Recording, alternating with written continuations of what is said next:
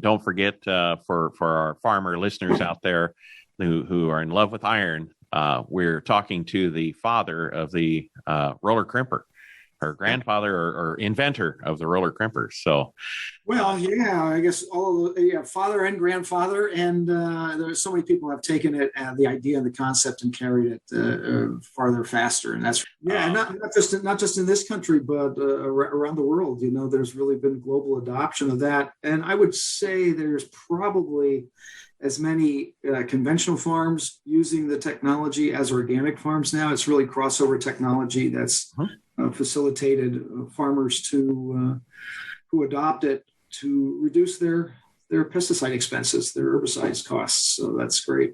Yeah, because even in a conventional farm setting, you're greatly reducing the total amount of herbicides that are put out there, because we're using I like to say on our farm, we use cover crops. I plant the weeds I want. Otherwise, nature sends me the weeds I don't want. So it's easier to control the weeds that I want. So we do that in roller crimp, and it dramatically reduces. It probably takes our conventional chemistry application to a third. Hey, that's money in their pocket. Yeah. And it's less impact on the soil and the soil system. It is. It's ready to go technology, works hand in glove with cover crops. And really all we're doing is a lot of farmers are planting cover crops already. We're just allowing them to grow to maturity instead of terminating them early with an herbicide, and then use the roller crimper, which is a tool that, there is a one-time cost for it. But, I always say it's simple technology. Would have to be if I had a hand in creating it. There's no engine, there's no hydraulics, there's only a few moving parts. It almost never wears out. I was giving a lecture at the University of Maryland.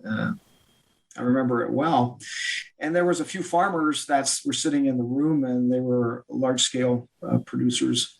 For his question, he said, the problem we have is, he said, the four of us sitting here, I forget how many thousands of acres, he said they managed. And he said, and everything you're talking about transitioning to organic involves tillage. We don't have enough hours in the day to till all this land. There's no way we could do it. So apparently we can't be organic. And it really struck a chord with me that they made sense.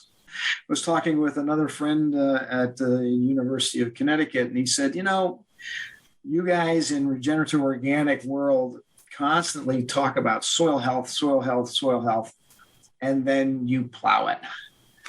What part of plowing improves soil health? At the same time, I was doing some work with one of our research scientists here as part of our management of our farm, and I remember the field. I remember the research plots. It was all tilled, and there was cover crops there, and there was probably 100 different research plots in this observational trial that this scientist was put in place.